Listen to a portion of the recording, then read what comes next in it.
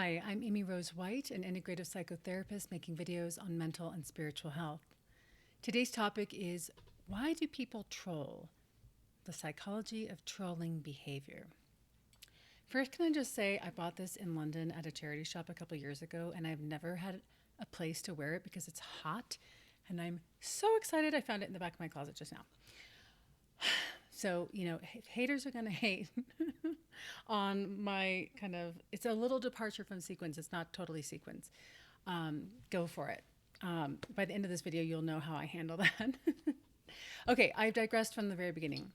So these are just my thoughts. There's probably some in-depth analysis or high-powered studies looking at trolling behavior. I did not look at that before talking about this today. I really wanted to give you just my take after many, many years of working with people on why people troll. And of course, you might imagine that this topic is fresh to my mind, top of mind, however the hell you say that, because I recently made a video.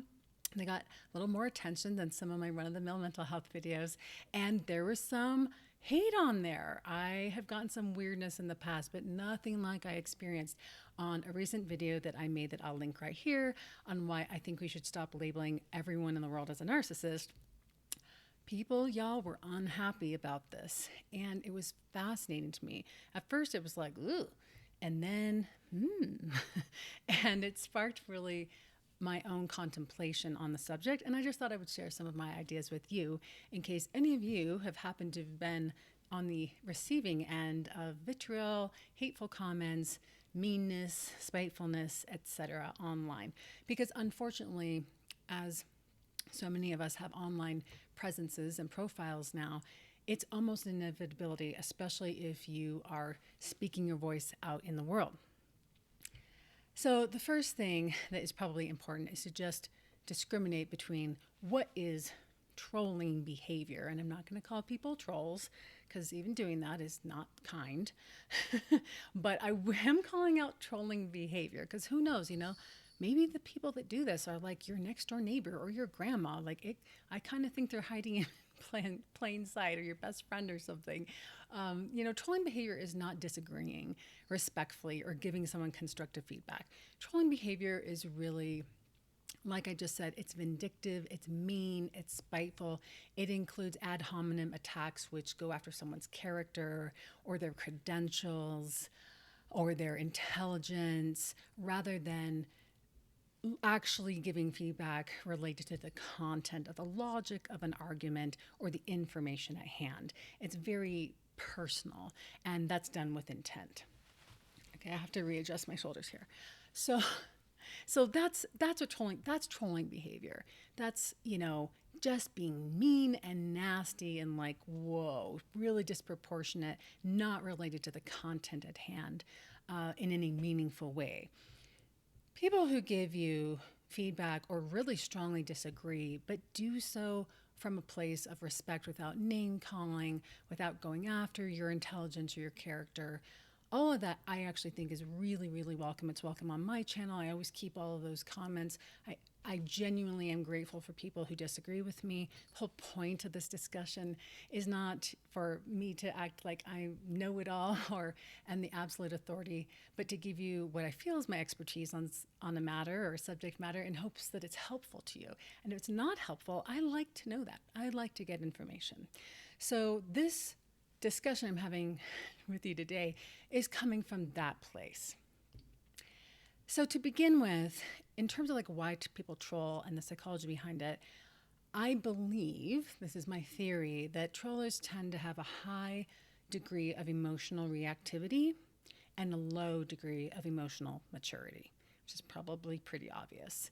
So I don't get the sense that a lot of people who engage in really hateful commenting online have pondered this over time. It usually is kind of impulsive and in the moment response to something that a person has a big reaction to. And that high degree of emotional reactivity can come from a lot of different sources, but emotional immaturity is one of them. Just like if you see a toddler, if you've been around kids, if you have kids, there's no slowing down of the thought process for a very young person when they don't get their way or someone takes a toy from them. And unfortunately, a lot of people are so wounded in the world that they have not actually evolved out of that normal developmental stage of impulsivity and reactivity. They haven't learned how to manage their own emotions or to perhaps take a pause when they do have a big reaction and consider what might be happening in them before externalizing their response in perhaps a really harmful, potentially, and ineffective way. I also think people who engage in trolling behavior have a lot of misplaced, repressed, displaced anger and aggression from their past. Who knows what that is? Who knows if they were harmed in some way, they were neglected, they were abused, they did not get opportunities afforded to other people, they have experienced multiple kinds of oppression. I don't know what the cause is, but I think a lot of that emotional reactivity and anger and just almost like emotional, like internal violence, physical violence, energy that hasn't been able to be expressed in a healthy way comes out because the anonymity of the keyboard gives people kind of a safe place, if you will, to discharge that. And in one sense, for that person, it's kind of healthy in the sense that that stuff needs to be put somewhere, but in mental health terms, we need to put it where it belongs. So in an ideal world, someone would realize like, hey, I don't even know this person.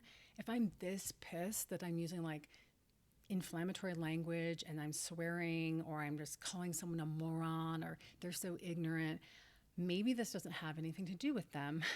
And maybe I could go punch a punching bag or go for a run or write in a journal or talk to a therapist or do some kind of bodywork therapy to actually put that anger and aggression where it belongs. So in some sense, the social media space is just like the quick, dirty, fastest way to deal with unrecognized, unprocessed emotion. I really think that that's probably the case for a lot of people who do trolling stuff. I also believe that people who engage in a lot of trolling behavior have very, very deep feelings of powerlessness in their daily lives and perhaps throughout the course of their life. There's a feeling that one gets of putting someone in their place when they just blurt out something in the comments section on YouTube about like what a dumbass you are, that allows people to feel superior for a moment. And anyone that's in need of putting themselves in the one-up position above someone else, especially someone that appears confident and seems to think they know what they're talking about, gets that sense of needing to feel better than met that usually indicates a lot of not that early in life. And that judging, attacking, blaming, and labeling people gives them, I think, a temporary fix, probably of dopamine of, ha ha ha, I made them feel small, just like I've felt small my whole life. And, there's lots of videos out there on bullying. This is essentially bullying behavior. And I also think a lot of folks who do trolling stuff have been bullied themselves. And this is the most effective way, unfortunately, that they found thus far to kind of get back at society, at systems, at maybe people that remind them of someone from the past. I don't know. Of course, my solution in most cases is to just ignore this kind of behavior completely. I'm a strong believer in not reinforcing negative behavior. Just like, and I'm not saying people are dogs, but just like you don't train a dog not to jump on you by saying, don't jump. You just turn away like this. And then when they sit, then you give them attention. So again, people are not dogs. However, there's no good that's going to come by trying to engage with someone that is trolling you, in my opinion. I don't think anything good. I think clarifying information occasionally is helpful. Someone called me out on that narcissism video for being a social worker. Why would I be discussing clinical matters? And then someone chimed in that their golden retriever was a social worker, which I thought was pretty funny. And so I did clarify in the comments that I was a licensed clinical social worker and that many, if not at least half of all psychotherapists fall in that category. That was sort of like, I could have ignored that, but I decided to clarify because I felt like this person legitimately did not know that was a thing. Again, up to you, but in general, we just to the trolls. Yes? So, if you're getting hate, remember, you're probably being genuine. You're probably being yourself. If everyone liked you and thought what your message was meaningful and great, that would mean that you were trying to contort yourself to please everyone. I don't think if you're being genuine that that's even possible or desired. I'm personally, at this stage in life, thankfully, quite okay with some people, or even a lot of people, not liking me as long as I feel I've been true to my heart and acting from a place of integrity and kindness. Please let me know if you agree. I also think that if people are hating on you, you're probably provoking their thinking in some way. And that's the whole reason we're on YouTube here in the first place, right? That's always a good thing. Please let me know your thoughts on this. Have you ever been trolled? What did you do? How did you handle it? How did you feel in your body? What kind of process did you go through? What else would you like me to talk about? Thank you so much for liking this video, for sharing it, for subscribing. It means so much to me, truly, truly, truly. And until next time, may you be happy, may you be safe, and may you be well. Bye for now.